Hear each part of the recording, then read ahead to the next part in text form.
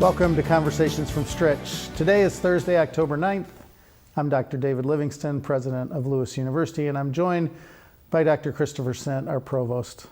It's been a great week here at Lewis, and we are settling into the fall semester really well. Yesterday we had a really big community hour with a lot going on, the Hispanic Heritage Month, the LGBTQ plus History Month speaker, Dr. Ernest Javier Martinez. There was a faith and growth event with Victoria LaGrippe, and a thrift and art fair, and as always, painting with Tracy and the Mass, followed by community meal, as well as several club meetings. This past Saturday, Chris and I and many others, about 600 people attended Lewis Fest 2025. It's our annual campus celebration for students, family, alumni, faculty, and staff at the Romeoville campus. And it features a blend of community spirit, entertainment, athletic events. It was a great day. I must say that, there it is. Oh, this is me losing. And Joan and I were up by 12-1 in this very video. And then we end up losing 15-14. Brutal loss. But we had a great time. Lauren kept beat us in the end, but we had a great time. It was a fun day. Great sports going on. There was swimming inside. We had soccer outside. It was just volleyball back in the gym. So it was just a really nice day. Great event. There's a lot more to talk about that I'll get back to later with all the events going on campus. But boy, the weather's cooperated this fall, so it's allowed us to have a lot of indoor and outdoor events. But Chris, there's other things going on in addition to just kind of campus-wide events. Yeah. First, let me just say that Saturday was super fun. I agree. There were so many people on campus, all spread out in different parts of the campus, at the baseball field, in the gym, on the green, in Charlie's Place, having lunch. Just was wonderful to see so many parents and families and alumni across the campus with our students. And I think we had a play production that night. Yes. As well. And it's been a great week. The weather's amazing now, and we're really enjoying it, being able to do things outside while we can. So a couple of things to update you on. Congratulations to junior music industry student Ava Pesavento, who was awarded a Le Monde Gen Next Award from the National Association of Music Merchants. This award honors college students who demonstrate excellence in the field of music, encompassing performance, business, and event technology, among other criteria. Honorees receive a badge to attend the NAMM show, as well as a stipend to help with their travel expenses to go to the show, which takes place this January 20th to 24th in Anaheim, California. The show is a premier trade show for music products and sound technology, so perfect connection for a music industry major. As an award recipient, she will participate in professional development sessions, networking events, and special gatherings, and will have access to the trade show floor to check out exhibits, music products, professional audio, and event technology. So that's great news. Thank you to Dr. Dennis Kremen, Chair and Professor of History at Lewis, who participated in a video program on September 26th, organized by La Salle Victoria University in Mexico. The program promoted interest in culture, art, and history through the LaSallian identity. And my understanding is there are students from Victoria, but also from many other of LaSallian universities across the world, and it was attended by about 200 people. A reminder that there's an exhibition of the work of artist Paul Mitchell, which runs through October 23rd at the Wadsworth Family Gallery. Mitchell's exhibition explores climate change and reflects the crises of global warming, ocean acidification, species extinction, and mass migration, with a focus on climate mitigation and healing. There will be a reception on October 23rd at 7:30 p.m. The Philip Lynch Theater is proud to present, continuing this weekend, Alice Childress's Trouble in Mind, which follows a talented black actress who lands a leading role in Chaos in Belleville, an anti-lynching play heading to Broadway. Cast of multi-generational black actors rehearse under the purview of a white director and stage manager, and as the rehearsal process unfolds, theater conventions and racial politics collide, resulting in a surprisingly funny yet deeply piercing look at the entertainment industry. The dates are October, as I said, this weekend, starting tonight through Sunday. I'm going to go see it tonight. Yep. I'm also going to go check out the art show, so I haven't seen that yet either. But Yeah, but you saw the play last Jonah and I weekend. went last weekend on Friday night, and yeah, it's very intense. So there is humor in it, but I would say the humor is less than the kind of drama. Mm-hmm. And I really enjoyed it. I was so impressed by the actors. Obviously, the director prepares them well, but yeah, really well done. And you know, ongoing issues that we continue to struggle with, to be very honest. So yeah, it was really well done. And the gallery shows were like, if you know, obviously you'll do this, but anybody who's going to the play, you know, take 15, 20 minutes, get there 15 or 20 minutes early and enjoy the gallery. It's a really interesting show as well. Yeah, great. I really look forward to it. Okay, so next week, it's finally here, the Peace Teach-In, which will be October 13th through 15th on the Romeoville campus. This year, over the course of 3 days, Monday through Wednesday, 14 sessions will analyze the intricacies and challenges of the doctrine of discovery, the experience of indigenous peoples, and who is considered truly American in the United States. The Grow Memorial event, which is the keynote of the Peace Teach-In, will feature Sarah Augustine, former director of the Community Peace Center of Central Washington, and the author of the book, The Land Is Not Empty. Really looking forward to all the Peace Teach-In events next week, and especially that reading and talk by Sarah Augustine. All right, so that's one thing that's happening next week. We talked a little bit about the play, but there's so much. This is really that intense time of the semester when there's a lot of opportunity and things happening simultaneously to take advantage of. Yes. I just want to say before I get into the list of events, which I'll run through really quickly here, I think next week, the Peace Teach-In, I do think there's a lot of people who, you know, there's this underlying sense of, well, of course there were people and cultures and, you know, civilizations and communities and people going to school before, quote unquote, the North America was discovered, which is what this whole set of days is about. But I don't know that the depth of that. I think what next week is about is not, oh, we didn't know that this was, but not recognition, but kind of a depth of analysis, which is, again, what I think universities do well. What they're constantly about is not, we might know things on the surface, and then what we need to do is really dig deeply into them and look at the ramifications. All right, so enough of that. So today, there's a bunch of events going on. The Sustainability Club is meeting, as you see on here. We have the lecture series, Rethinking Religion, Secularism and Violence. That's taking place at 2:30 over in UDR. There's a bunch of, you know, the plays tonight. There's a big event. I've been, you know, I always pay attention to our social media account. So 7 o'clock tonight in the flight deck is Country Night. So if you're not on our social media, then you haven't seen these, but there's a bunch of reels, which I'm still getting used to in my own behind the scenes way.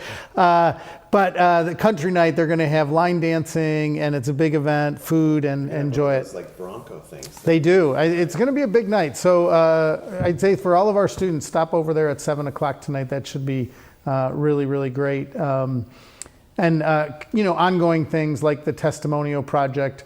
Tomorrow, National Coming Out Day is tomorrow, and at the Encounter, they're going to do a kind of ritual around that at 11 o'clock tomorrow morning.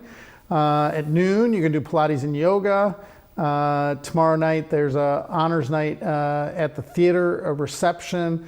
And then we're also having men's hockey against St. Norbert's that is tomorrow night at Canlan. I kind of really hope they win. The former president of St. Zav's here, Lori, is up at St. Norbert's now, so I want to see if we can take it to them tomorrow night. And of course the play also tomorrow night and again this weekend. On Saturday and Sunday, as you can see on here, big event this weekend in terms of Saturday is the cross-country course crossover.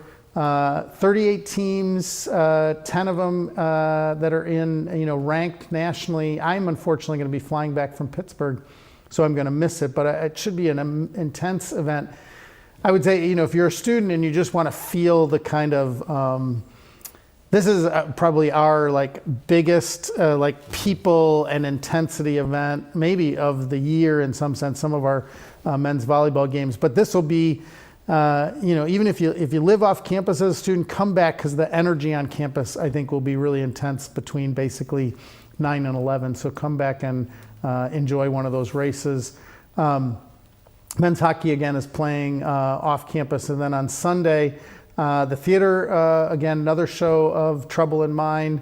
And on the University Green, there's an anime watch party. Is another place that I need to catch up to the world, because I don't know what an anime watch party is, but I'm sure it'll be awesome. Alpha Kappa Alpha is hosting that.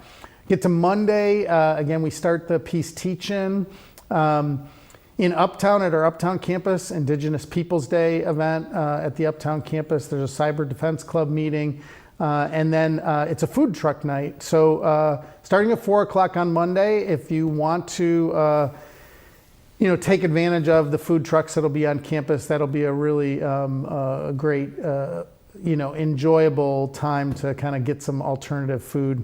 And then a film series in the prayer rooms on Monday night. Tuesday, the Peace Teach-In continues. There's a morning social for those that want to be a teacher in the future. The Psychology Club is having a movie night, and the Chess Club and On Docu Ally training are happening in the afternoon. And then on Wednesday, again, the kind of closing out of the Peace Teach-In with Sarah Augustine and the Grow Memorial Lecture. That's kind of the big thing but you can see on here a bunch of events for the day in the afternoon, oil painting workshop, etc. And then there's some athletic things that are happening as well. And so I just wanted to, we do have swimming that's traveling, and they had our new coach had his first win this past weekend. Women's volleyball is going to be at Maryville, men's and women's soccer at Drury, women's volleyball at S&T on Sunday, and then men's and women's golf will be playing in the Panther Invitational. But I did want to point out that our women's golf team won their home tournament this week, and Sophia, now I can't remember Sophia's last name, Sophia Page, I think, but Sophia won the tournament, and so I want to congratulate her on winning the golf tournament this past week. And then men's and women's soccer on Sunday will travel to Missouri S&T. So again, as I always say, there's no excuse for being bored on this campus, because there is way more than enough to do, and a lot of energy around all these events. So I guess I want to say thank you to, there's so many people behind the scenes. There's people that make sure things like Lewis Fest happen well. These are people in the alumni office, but also in student events that are coordinating all that. But then all these different clubs and organizations have a faculty or a staff sponsor that really helps them to organize and get these things going. And I want to just put a shout out, because without that kind of support behind the scenes, none of this would happen, and there's so much happening on campus. All right, so we have some other exciting things to talk about. Chris, you're going to introduce our guest, but this is a fun topic. I'm looking forward to having a little chat with our two guests. Yes, I'm really looking forward to this conversation, so I just want to get right into it. I'm really excited to introduce today's two guests. I'm going to introduce them both at the same time, Dr. Jason Keleher and Dr. Jerry Kavouras. Dr. Keleher is the president of Faculty Senate and chair of the chemistry department. He is passionate about hands-on, research-driven learning environments that empower the next generation of scientists and engineers to solve real-world problems at the intersection of chemistry, material science, and sustainability. And Dr. Jerry Kavouras is the Vice President of the Faculty Senate and Chair of the Biology Department. For 21 years, he's supported our Lasallian mission by mentoring undergraduates in research, aiding students in career exploration, and promoting sustainability initiatives on campus, being one of those faculty mentors you just mentioned. So I'm really excited to welcome our two guests. Thank you.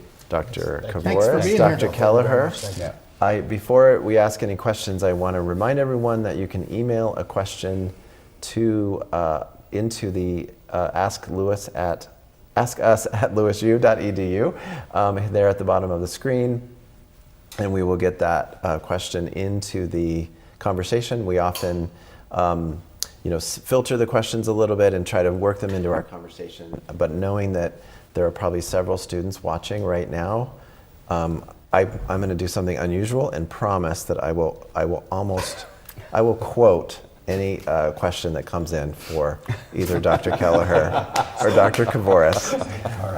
If it comes in while this is being live. Excuse me. And seize the opportunity. Okay, so great to be here, guys. Thank you. Thank you. I'm going to try to control this. So tell me, as Chris gets his phone going, can you just tell us a little bit about what is the Faculty Senate? How's it organized? And then what does it mean kind of that you're president and vice president? What does that role entail? But just tell us a little bit about the Faculty Senate. Yeah, sure. So first, before I get into that, I think I should start off with, as being a faculty member at Lewis, we teach, and being part of the community is really important. But I think Jerry and I both speak on behalf of everybody. It's really great that we get to work with a bunch of faculty at Lewis that are really invested and integrated into kind of developing the Lewis ecosystem and trying to create opportunities across campus where the administration and faculty can interact to make the campus a better place for our students. So I want to thank all the senators, past, present, especially Steve Nawara and Lorette Leeson, who are the former presidents of the Senate, who really did an amazing job kind of growing, and they've helped me a ton, mentoring me through the process. So I'll take the first part of this, and then I'll kick it to Jerry. But what is the Faculty Senate? I think the Faculty Senate, in my mind, is probably one of the best examples of association that can exist on our campus, in the sense that we as faculty and you all as administration have an opportunity to work together to kind of promote new programs, development of new programs, interact on business issues related to the university, interact on kind of student wellness and health issues, but also really collaborate in a sense where we're not having one voice versus the other. It's more of an effort to try to bring voices to the table to really come up with the best possible plan, progress, and going forward that we can. The inner workings of it and what it's like to be the president. I would tell you, if you asked me this 7 years ago, I probably would have said I would have never wanted to be the president of the Faculty Senate. But it's really been an opportunity to see how policies are made. And how we, as leaders of the Senate, can help the faculty voice be heard at all levels. And maybe, Jerry, you can talk a little bit about the structure and stuff like that. So. Yeah, so with the Senate, I think the Senate does a good job organizing the flow of information. Before the Senate, we had 5 separate colleges that worked independently of each other, even though we had university standing committees that did work together. The colleges really functioned independently, and the Senate changed that, where you had representatives from each college in the room to discuss together what was going on. And so it created a better flow for that information to be disseminated with the faculty and to share ideas and concerns with leadership as well. Yeah, very helpful. How do you I forgot that, Jerry. So the Senate began in 2018, 2017, something like that? No, 2016. Okay. 2016. My first year was the first year the Senate existed. So Lorette and I kind of started together. Yeah. Great. Yeah. How do you become a senator? So Simply put, each college has a representative or representatives that are based on the proportion of faculty across the campus. The representation is decided based on that proportion. The colleges then have an election process, and people can put themselves forward to be nominated to be senators. It's really nice that you get to kind of share why you want to be a senator. You share that with your college, and I want to make sure I highlight that we as senators are the voices of our college, right? And that's really, really important. So when the business of the Senate is done, the members of each college that have been elected to be part of the Senate are the voice for that college. So I think it's important that it is an election process, and your peers, your colleagues, they are, asking you to be part of this governance system. And so, and that's a two-way street, meaning you have information that you learn at a Senate meeting, whether it's from the administration or from your own colleagues where you're voting or you're deciding. I know we'll talk about the agenda for the Senate this year, but then a senator takes that back to Coast, for instance, in both of your cases. But then the Coast faculty that aren't senators are giving information, feeding information into the process. That gets taken back to the Senate and the way the vote happens. So there's this back and forth that's constantly happening between the senators and the rest of the faculty. I don't know I don't need you to know the exact numbers, but maybe we're around 260 full-time faculty. There's probably 25 or 30 senators. It's 27. 27. Yeah. So that representational body in terms of being able to take that information back and forth. Yeah, I think the key point you made, though, it is a two-way street. We get information and the colleges have information, and I think it's really important that everyone who's listening realizes that at the college level, the conversations of the things that are changing have to happen because the college voices are still really, really important. Yeah. When the college voices come to the Senate, they come through your representatives, and when your representatives are at the Senate, they're speaking on behalf of the college. One important role in each of the colleges is the caucus leader for each of those colleges, and I think the caucus leaders really help drive the information transfer back and forth. What is a caucus leader? The caucus leader is basically the person that the elected senators of the college have appointed to basically coordinate the effort within that college. The thing that I also want to add is the significance of the standing committees of the Senate, because that's in essence the working groups of the Senate for different areas. So, and they also meet with the colleges and get information as well. So it's important not only as they report to the Senate, that the Senate's, commenting on what their work is, but that each college is sharing information with them, because they're the working group. They're going to be presenting policies and other pieces of information to the Senate for us to give feedback on. So either one of you can maybe react to this, but I know Chris does, even more work on this also as well. So maybe you could give a few examples, 2 or 3 examples of committees, and then what the focus is, because we could never dig into all the stuff that the Senate does in a year or has done over the last decade. But what is a focal area that a committee would have?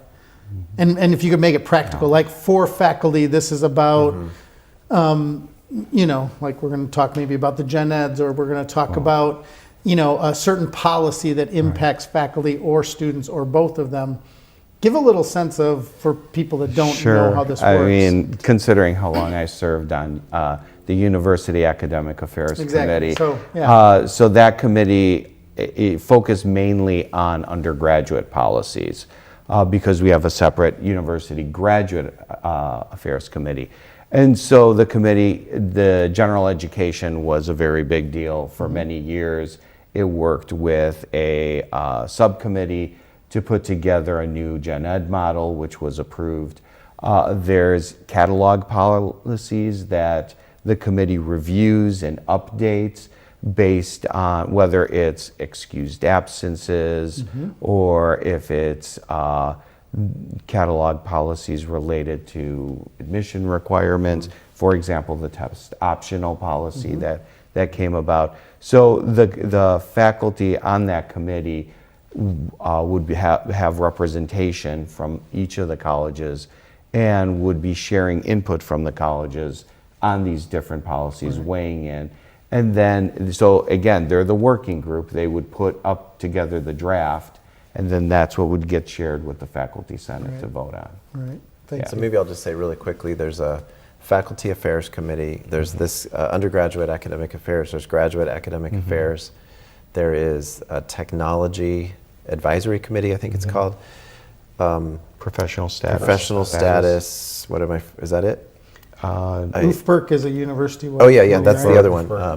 University committees, Yep. Yeah, so there's finance, Finance, committee. And the chair's committee serves as an advisory role. Sure, yeah. And maybe for people in the audience, that at a Senate meeting, what happens is that each of the representatives of the university committees have an opportunity to present to the entire Senate body the minutes from their university meeting, which has had feed in from all of the college committees. So you will see, for example, graduate affairs will get up and give a talk, the UFAC will give a talk, right? The faculty affairs committee, and they present the things, the business of that committee. And then there's discussion with the senators at that point, and of course others that are, constituents of that. So. And I think some of this seems really boring to people, but I just want to point out, because I've been in many of these roles. I've chaired committees. I've been a president of faculty senate. I've been on the other side of that. Where the rubber hits the road with this is when a student or potentially a faculty, when they are frustrated with a policy, right? Because they say, well, how did this policy come about? Why do I only get 3 excused absences instead of 4 excused, right? And I think what is important, and maybe the two of you can talk a little bit more about this, is there's a lot of many hours of conversation that goes into coming up with this policy. And sometimes policies change because something comes up. Like somebody is, we need more of this or less of this, or we need to be more strict on this or less strict on this. Those tend to be the things. And those come out of functionally a conflict that arises because people don't think it's fair. Whatever, it doesn't matter what it is, but admissions policies, absence policies, how many courses I have to take in this area, why my GPA has to be this in order to qualify for that. But this is the real way in which we shape a university. That's one way. Yeah. I think that does happen a lot, but we try to learn about what's going on in the world outside of Lewis and best practices in our disciplines and in the way shared governance, we try to get ahead of it, so it's not caused by we try a to conflict. anticipate things and just change with the times, Right. so that we're not caught up with putting out fires, so to speak, Right, or whatever. sure. Yeah, I guess I wouldn't say it's always putting out fires. I think constructive conflict is necessary in the sense that people have to bring and get their opinions brought to the table, and the conversations have to happen to not just have a policy be a policy. It's a policy that has meaning behind it, and people have had input to that policy. Right. I think that's something I learned over time doing this role, that people are going to be frustrated, and there's a way to have conversation that hopefully mitigates, modulates, and helps people understand why the policy was developed. I think the conversation is the most important piece, and I want to stress to everybody that the Senate is having those conversations, and I think the college committees are having those conversations, and I think all of the folks on campus need to be having those conversations so that the information can be seen from both the faculty and the administrative perspective. And in many of those conversations, it's the institutional memory that plays a very important role. Yes. Because then, somebody can say, okay, the reason why this policy was written this way was because of this. These were the conversations that we had. And the context can change. And the context can change, and then people can be like, okay, I understand why it was like that then. So we have to adjust it for the now. Yeah. So I know there's been lots of conversation and work done by all three of you, and I've been involved with it from a different level. But just as an example of what Chris was saying, it's not always about conflict, it's about paying attention to what's going on outside. So artificial intelligence, for instance, and how to deal with academic honesty in the context of artificial intelligence has been an important conversation. It's not about necessarily a conflict, it's about a reality, and then how do we try to get in front of it. So I don't know if, I don't know if there's other examples like that, or again, this goes to the agenda. One of our questions that, kind of came up is, what are the goals for this year? What are the big, if there are 2 or 3 things that we're really focused on as a Senate this year, what are they? So one of the things that we're obviously very focused on is the General Education Task Force is going to be providing some recommendations and so the Senate to review and approve what their final product. That's going to be a big work product this year, and many people are already very invested in it. Second thing is improving communication among the campuses. I mean, we have St. Augustine College, we have Oak Brook, we have faculty, Romeoville, and at Albuquerque. So making sure that all voices are heard and people understand what's going on. Excellent. With the different policies. And then I would say a third one would be with we've had over time administrative academic processes that get posted, and making sure faculty have seen them, provided feedback, so that the final product is something that is efficient and effective. Yeah. To add on to that, I think it's really important for those watching and for all our faculty. We've tried really hard to increase the communication, and one way we've done that is by moving a lot of the documentation to the portal. The My Lewis portal under the faculty page, right? And on the faculty page on the right side, there is all the Senate documents, and those Senate documents can in fact be viewed after each meeting. But more importantly, these academic administrative policies that are there, they're posted for review by the faculty. And we ask that everyone comment on them. There is a comment box and a comment dialogue. And I think one thing that I think has been a real focal point for communication between the faculty and the administration is that every meeting, the AAPs that are up for comment are being commented on, and those comments are reviewed at the Senate meeting by the senators. So I think it's important that we remind them, and those comments are available after the fact from your Senate caucus, so they can bring them back to the colleges. Right. So I think it's important that we as faculty and administration know that there are vehicles now to enhance that communication in a site that's readily available to all of us that we use, being the portal. Well, and I also want to give kudos to both Chris writing the provost report every week, because some of those academic, those policies are, the new ones are highlighted in there, and then Chris talks to the Senate and often highlights, here's what's new, and then it can, if it needs further discussion, oftentimes it's already been through the discussion process, it can go, to a committee, but those kind of, that back and forth dialogue and the open communication and the ability to read it in writing feels really good, and I appreciate all three of you in terms of keeping the conversation open and healthy and thinking about the future, as opposed to always dealing with something that's come up that's a conflict. But both those things are always the reality of what I guess I would say governance.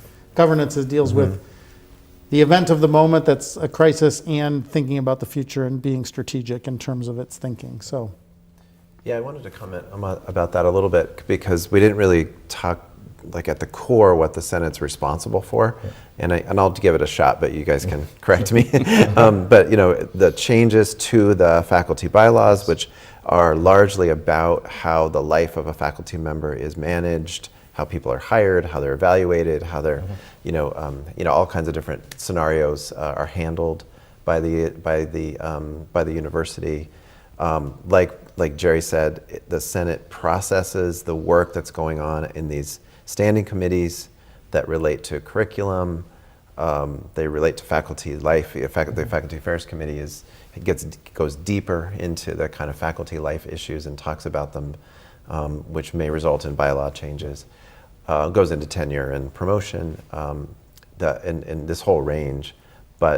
And the Senate's responsible to make decisions about most of those things.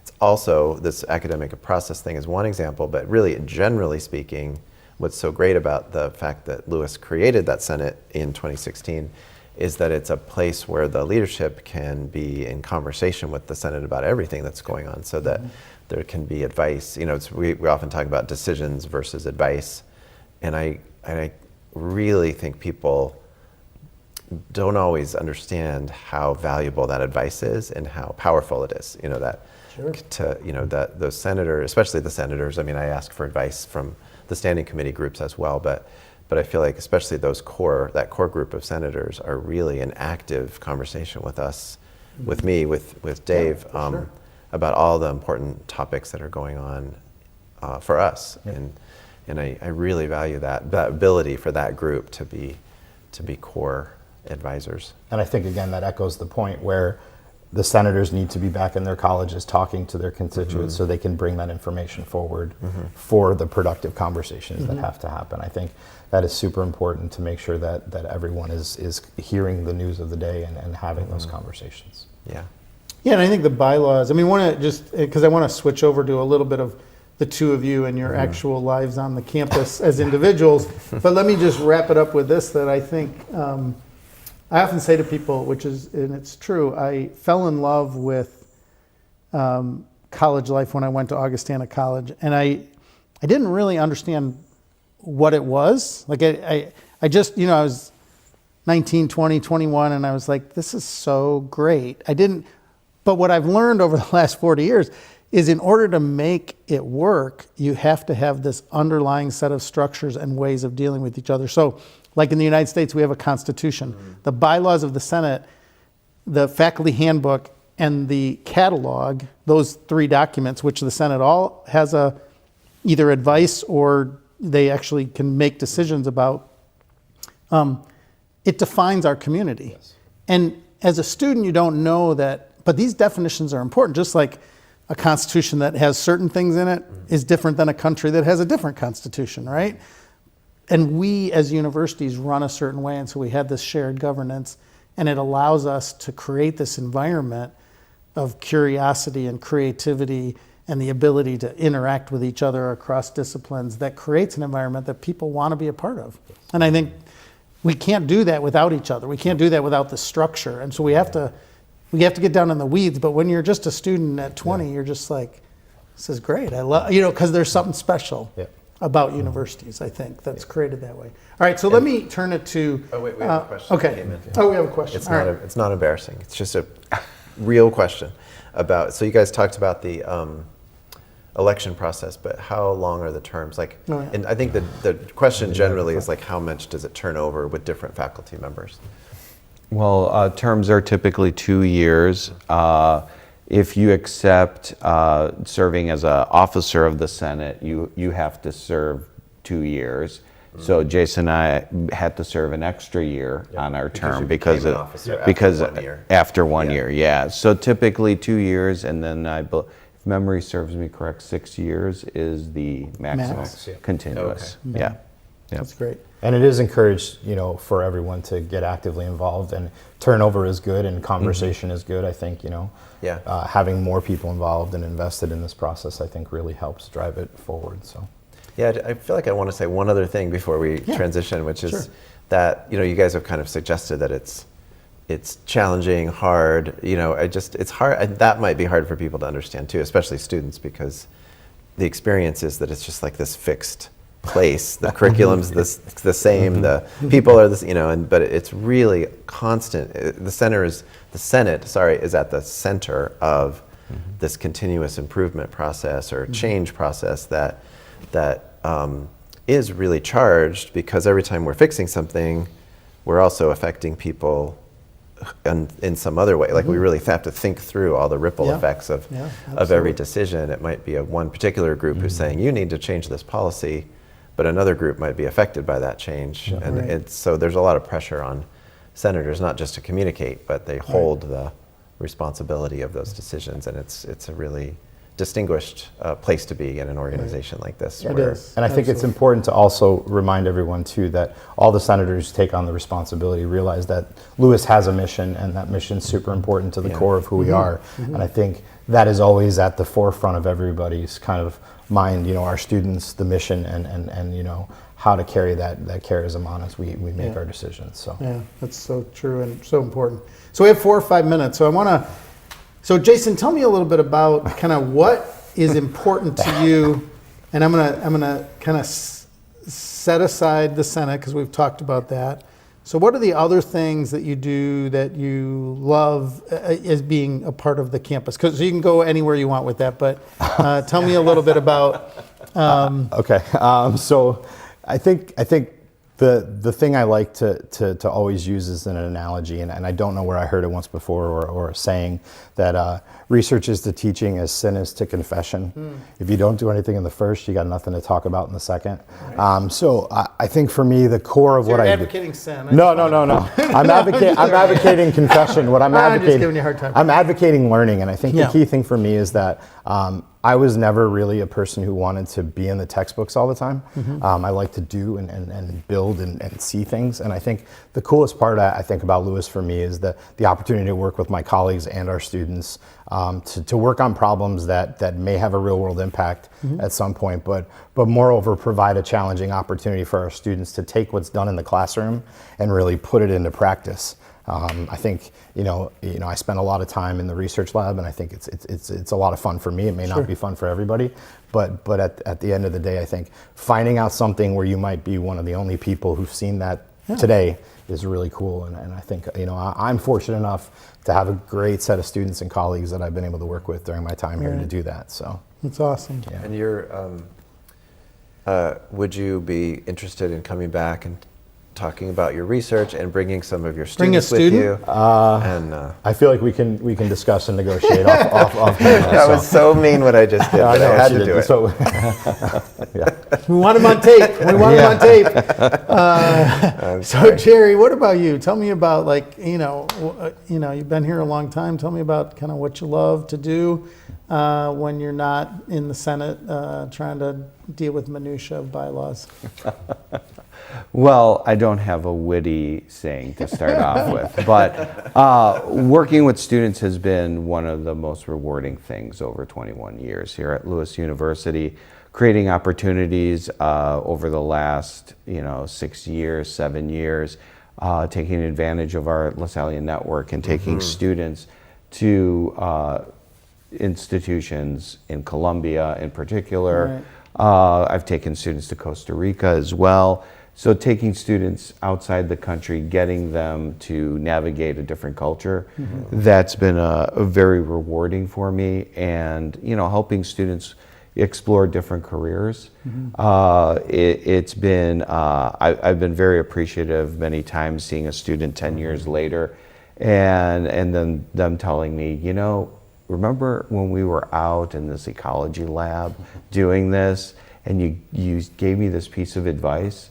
And I'm like, I remember being out in the field. What did I say? What did I say? Right. And they won't tell me, but they're like, yeah, it changed my life. And so little things like that really always Let me ask you something about that, both of you. How, I know Jason has this experience too, how often do those stories begin in the lab or in the field versus the classroom? I think it can happen both places. I think integrating these inquiry-based type things into the classroom can create the same impact as it can in a laboratory, right? So I don't think those spaces are separate. I think Lewis does a great job. Our faculty do a great job trying to bring their expertise into the classroom, whether it's in art, it's in music, it's in chemistry, physics, biology, engineering, and I think having students work on problems that are project-based and inquiry-based is the same thing as having them work in a laboratory. So I think we offer that across the campus widely. Yeah. We have another faculty, part of this undergraduate affairs approves experiential learning credit across that whole spectrum that you just talked about, which is great. Yeah. One of the neatest experiences that I had, and this is years ago with the Scholars Academy, me and a former professor, Dr. Valerie Perry, she was in English, and we taught a linked course. I taught environmental science, she taught English. They were both taught, back to back, and then all our projects were joint projects where the students created museum exhibits and things like that, but it integrated the goals of both courses into the experience. And I also have to say, whether I'm in an undergraduate research space working with a student, I view that as the classroom as well. It never a false dichotomy. All right, guys, thank you so So much. we need to wrap up. Thanks so much for everything you're doing and for taking the hour with us today. Yeah, I really appreciate it. It's and the Senate is so important, and I guess I just want to, thank you for your leadership. Obviously, Chris and I we spend our days trying to also lead. And I just think leadership does matter. I mean, at the end of the day, it's important. So we're really grateful to both of you. So I wish you all a really wonderful rest of the week and weekend. Again, take advantage of all the activities that we talked about. Peace Teaching next week, the big race this weekend, the play. There's just so much going on. So enjoy Lewis because it has so much to offer you. Many blessings to you and all those that you love.